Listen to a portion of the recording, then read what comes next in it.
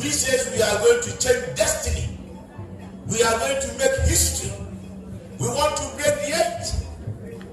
Today, we know what the situation is on the ground. I will tell you honestly, if there is to be election today, FPP, you may lose support. White is white, black is black. I will say it and tell it as it is.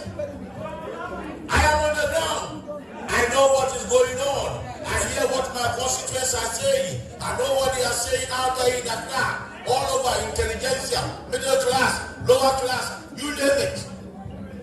Today, I'm talking about today's matter.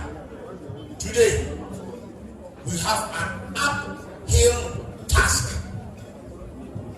Big task. It's never happened. Breaking the edge. We say we want to break